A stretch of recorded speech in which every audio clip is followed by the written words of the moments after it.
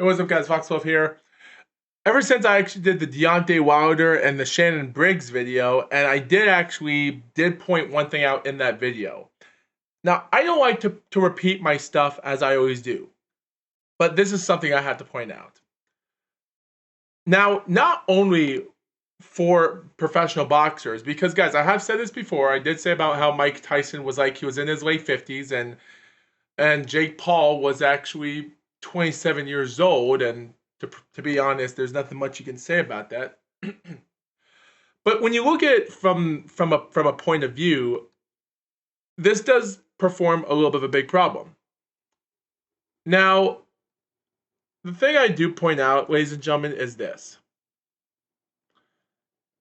And that one particular thing is a former heavyweight champion, Oliver McCall. Now, Oliver McCall isn't the greatest fighter. Is he a tough fighter? Yes. But is he a skilled fighter? No, but he does put in a huge fight when he does. Because in 76 professional fights in his career, like 76 fights. And guys, I do want to think about making a podcast about this, but it'll be too much time. But I do like to point things out to this video. And even though it's now Sunday as I'm making this video, and as right now, I am watching the Clarissa Shields fight versus Daniel Perkins. That's happened today, right now, as this video is uploaded. And even though I've already watched the David Benavidez versus David Morrell fight, so I'm already making one full podcast of those exact fights and this fight, if there's something like this happening. But the thing is, guys, Oliver McCall's career has been a lot not that good, to per se. Because he debuted on November 2nd, 1985, around the same year where Mike Tyson debuted, like several months earlier in March. He wins his first fight. He takes on his second professional fight, someone that was 3-0, but then became a bum fighter. And that guy did defeat McCall in 4 rounds easily. So McCall, by 86, since December of 85, since his second professional fight ended in his first defeat, he takes on a bunch of nobodies. By the end of 86 and the start of 87, he does take on a couple undefeated more fighters that had one win and such.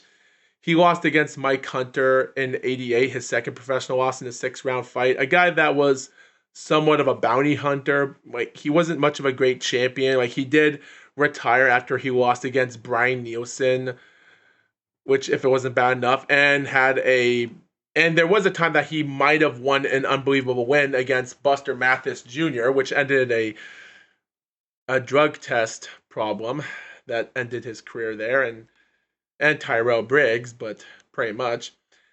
And then, of course, by July of 89, Oliver McCall loses against James Buster Douglas after the fight, and then Douglas defeated you-know-who before he took on Mike Tyson, and that was, well, not really. It was actually Trevor Berbick before he took on Oliver McCall, because in February he defeated Trevor Berbick.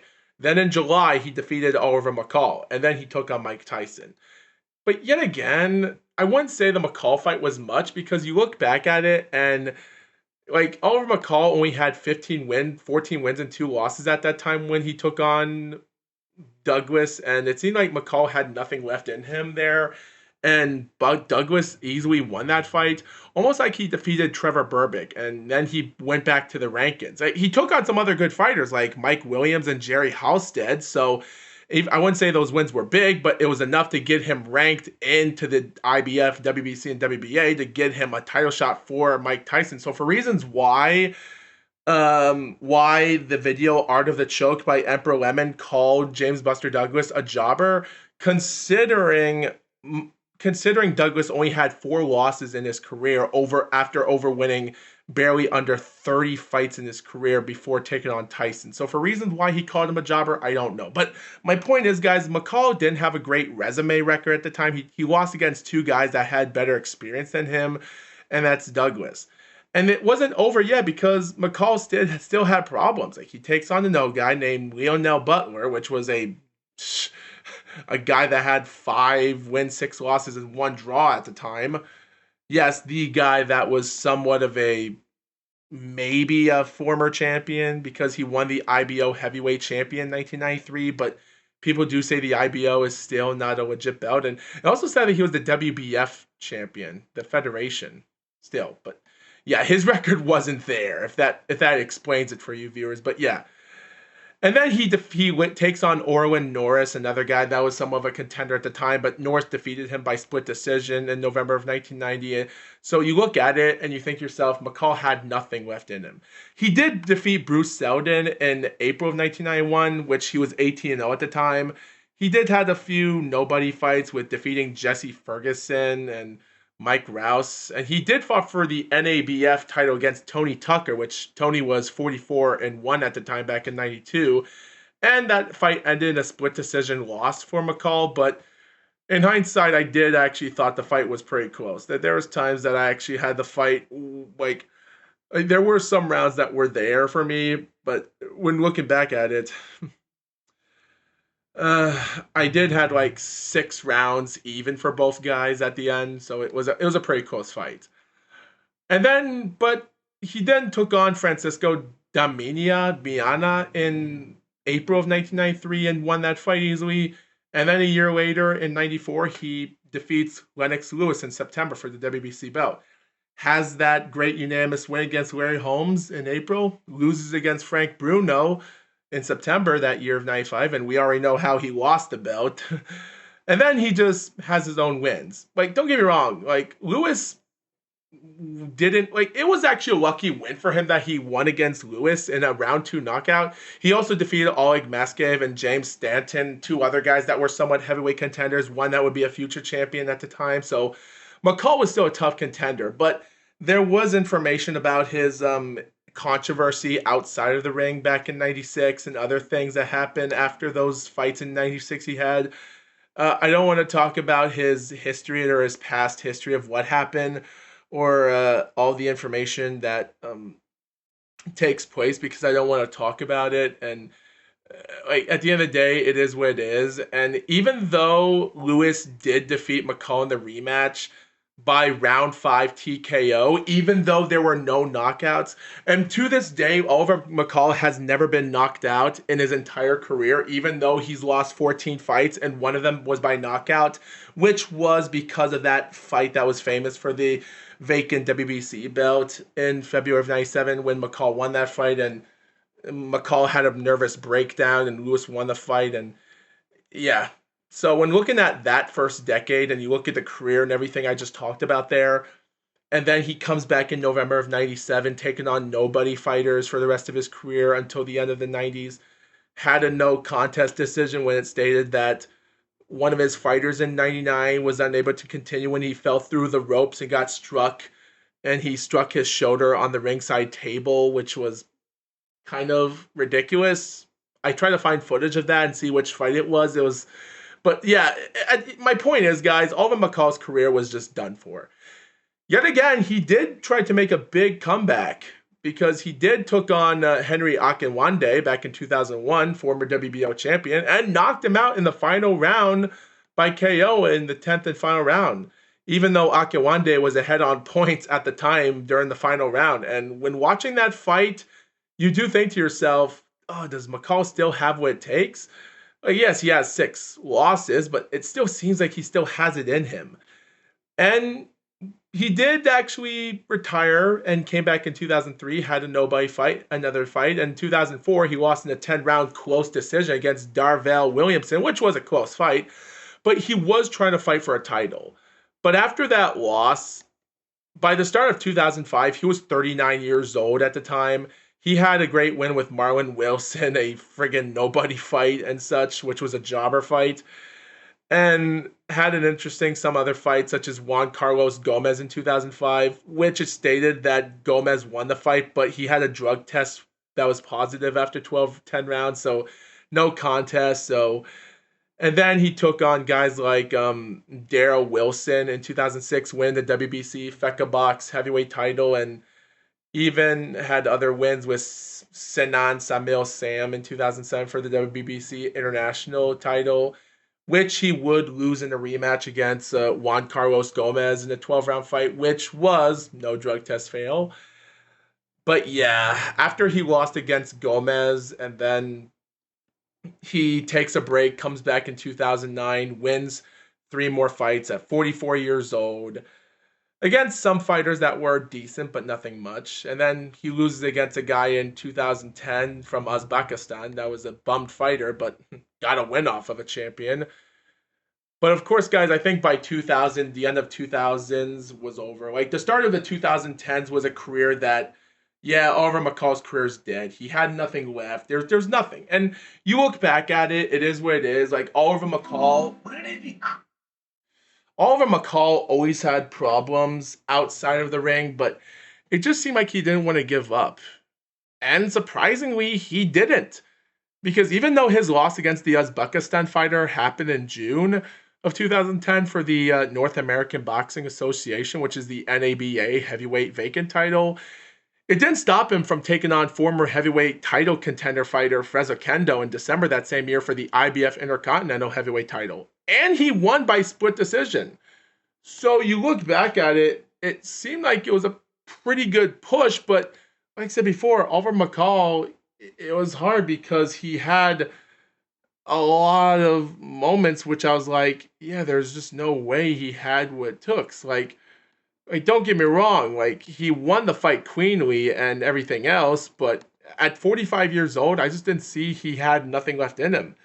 Like, yes, he was still trying to not give up on life, and he fought against a guy named Cedric Boswell in March of 2011, which ended with dominated scorecards in 10 rounds. And yeah, and of course, months later, Cedric Boswell takes on another nobody fighter, only to lose against Alexander Poviekin for the WBA regular title, and that's how his career died. So, yeah, good luck for Boswell. His career died after that.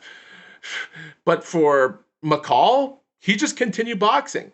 He took on Damian Wills for the WBF Intercontinental Heavyweight title and won. But then he goes to Germany, takes on Francisco Pianeta, undefeated at the time, and surprisingly, he put in an okay effort, but not much of a good win there. So he lost that fight. This is the moment when he starts losing fights, but not winning a lot of fights. But then in 2013 in May was the most craziest thing of his entire career. He takes on a guy that goes by the name of Zimnoch. I can't pronounce his first name. The guy is Polish, and this fight did took place in Poland at the time. But here's something crazy. Oliver McCall's son, Elijah McCall, was also there that day on May the 18th, 2013. And it was live on Polsat Sports TV at the time. Now, McCall's opponent that he took on against at the time, that was 14-0 undefeated at the time with one draw, from Poland, did defeat Oliver McCall cleanly after 8 rounds of unanimous decision, with a couple judges having it 75-76, 75-77, and 79-75, all favored the Poland fighter. As for Elijah's career in boxing was dumb. He had 11 wins, 2 losses, and a draw at the time, and he already lost against a different fighter in 2010. He was taking on nobody fighters just like his father was, and he lost against Andy Ruiz, the Andy Ruiz, in 2012 of December when Ruiz knocked him out in round 3 by TKO, and then comes 6 months later and loses against a guy named Marcin Rakowski by round 5 TKO. It was ridiculous. And then months later, Elijah takes on a nobody fighter and wins that fight. And then he comes back in June of 2023, a full decade, taking on Brandon Moore, and he took care of Elijah by round 2 KO. But that's not the point. The McCall family both lost their fights that night, but Marcin Rakowski decided to, hey, if I could take on Elijah and beat his son, how about the Polish fighter here have a little bit of redemption on his father? So what happened? In February the 1st, 2014, he takes on his father, Oliver. So he defeated Elijah only to take on Oliver. And man, oh man, that fight was so dang exciting. And it was such an amazing fight for what it was. It had to be one of the last greatest wins of McCall's entire career because he goes out there, boxes his way. And this was live on TV at the time, if people might have not known. And surprisingly, it was a close fight. Like Marcin did had the first couple rounds in the fight easily won, but then McCall comes out, knocks down Marcin, and even gives him a headache in round 4. But then, of course, Marcin did come back stronger than ever in the 5th, 6th, and 7th round. And of course, McCall did got me in round 8. I had the scorecard 76-75, with him winning 1, 2, 5, 6, and 7, and McCall having it round 1, round 3 with a 10-8 score and 4 and 8. And one judge had it the same way that I did, favoring it for Marcin, but the other two judges had 77-74, 77-75, both favoring by split decision McCall. That's just some amazing storytelling there. Like, McCall called out, and keep this in mind, guys, McCall actually called the bout with Rozanski personal in the pre-fight interviews because Marcin beat his son several months ago. So technically, McCall was the one that wanted redemption to fight this guy. And 12-0, Marcin was out. Of course, they did have a rematch in April the 26th that same year, and Marcin did win cleanly with judges scoring it 99-92, 99-91, and 96-94. So Marcin became the only guy to ever beat 2 McCall family members, which no one has ever done. So at least he got his revenge on his loss against Oliver. So yeah, and that was it. McCall decided, hey, you know what? After 29 years of boxing, if I can't get a title shot anymore at the age I'm in, then it's over. And keep this in mind, guys. After this loss against his rematch against the Polish fighter of Marcin, he was already 49 years old at the time. So at the end of the day, it is what it is. It just seemed like there's nothing left in him. Like, it is what it is, but you look back at it, it is what it is. But it just goes to show you that Oliver McCall did actually try to stay strong as best he could. Surprisingly, he comes out of nowhere on November the 30th, 2018. He comes back for the first time in America. Like, the last time he ever fought in America was back in August 20th, 2011 against the Damian Wills fight, which was his other title win, which was promoted by Lou Savarsi, the guy known for losing in a split decision against George Foreman for the lineal weight title in 97, which was the final win for George Foreman, and the guy that got beat over 30 seconds in the first round against Mike Tyson. And yeah, nothing much to say about that. But yeah, Oliver McCall comes back, takes on a guy named Larry Knight with 3 wins, 16 losses, and a draw. He goes 6 rounds decision with him, and then fights against some other random guy in May the 31st, 2019. And after 2 to 3 rounds of a fight, the fight ends in cornerman retirement. And for COVID reasons, yeah, mostly that was it. And by the age of 54, it was done. I guess there was a reason for McCall continuing to box. Might have drawn some interesting stuff inside Mike Tyson. Was this the thing that brought Mike Tyson and Evander Holyfield and Roy Jones and other people back in boxing? Well, not really, because Roy Jones was still boxing until 2018 before his Tyson exhibition fight in 2020, so who knows? But it just seemed like that McCall might have been responsible for bringing old fighters back into the ring, which might be an understatement, but yet again, who knows? But yeah. But at this moment, guys, after 5.5 years, it just seemed like McCall was done. And trying to look up information, it just seemed like he was done for.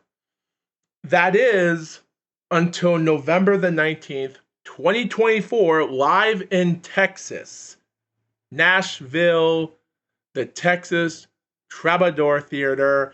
He takes on Joe Frazier's siblings, Stacy Frazier.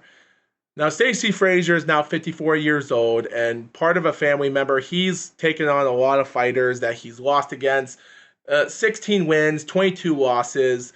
There's just nothing much you can say about it. It was done for. And and a 54-year-old Frazier and a 59-year-old McCall. 2 guys in their 50s. That's ridiculous. And it was a 4-round fight. And in the second round, at 2 minutes and 45 seconds, McCall wins by TKO.